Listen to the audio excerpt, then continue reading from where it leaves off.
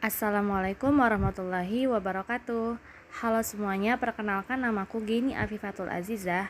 Di sini aku akan menjelaskan suatu tugas presentasi project dan aku akan membahas suatu pasal, yaitu pasal 28B ayat 1 yang bunyinya adalah hak untuk membentuk keluarga dan melanjutkan keturunan melalui perkawinan yang sah.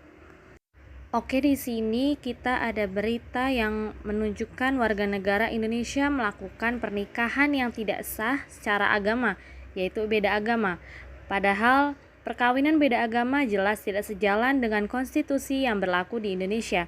Itu mudah dibaca pada pasal 28B ayat 1 dan pasal 28J ayat 2 yang isinya adalah dalam menjalankan hak dan kebebasannya, setiap orang wajib tunduk kepada pembatasan yang ditetapkan undang-undang dengan maksud semata-mata untuk menjamin pengakuan serta penghormatan atas hak dan kebebasan orang lain untuk memenuhi tuntutan yang adil sesuai dengan pertimbangan moral, nilai-nilai agama, keamanan, dan ketertiban umum dalam suatu masyarakat demokratis.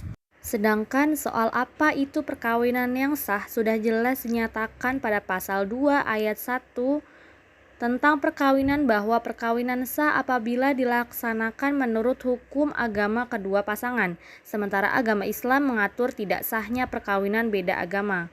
Dan di dalam pasal 28J ayat 2 juga mengatur bahwa pelaksanaan HAM di Indonesia tidaklah liberal, tetapi mengakui adanya pembatasan praktik hak asasi manusia dalam rangka menghormati HAM pihak lain, termasuk dalam hak untuk menikah, yang salah satunya mempertimbangkan nilai-nilai agama.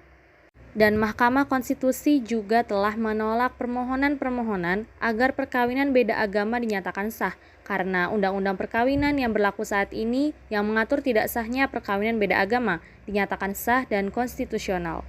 Dan apabila kita sudah melakukan perkawinan yang sah secara agama, yaitu agama Islam ke KUA dan non-Muslim ke Disdukcapil, dan kita perlu mendaftarkan pernikahan yang sudah sah ke hukum.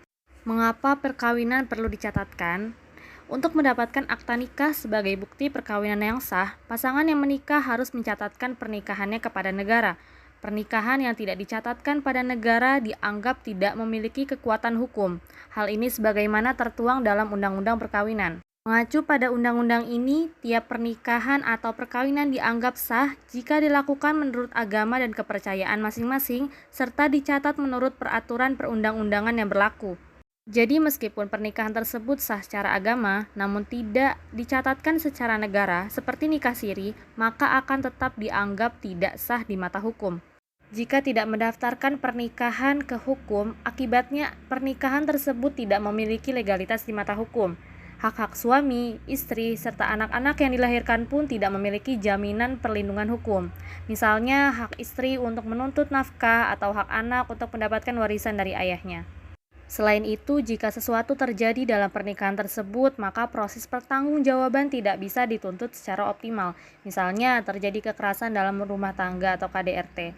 Undang-undang KDRT yang ada tidak dapat dijadikan dasar untuk menjerat suami atau istri yang melakukan KDRT karena pernikahan tersebut dianggap tidak sah menurut hukum. Pada akhirnya, pernikahan yang tidak dicatatkan pada negara dapat merugikan salah satu pihak dalam perkawinan tersebut. Oke, di akhir aku akan menyampaikan, jika Anda ingin menjadi warga negara Indonesia yang baik, Anda bisa mengikuti peraturan yang ada di Indonesia dan tidak melanggar dari peraturan undang-undang yang sudah ada di Indonesia. Ayo kita menjadi warga negara yang baik. Sekian dari aku, Geni Afifatul Azizah. Apabila ada kurang dan salah kata mohon dimaafkan. Wassalamualaikum warahmatullahi wabarakatuh.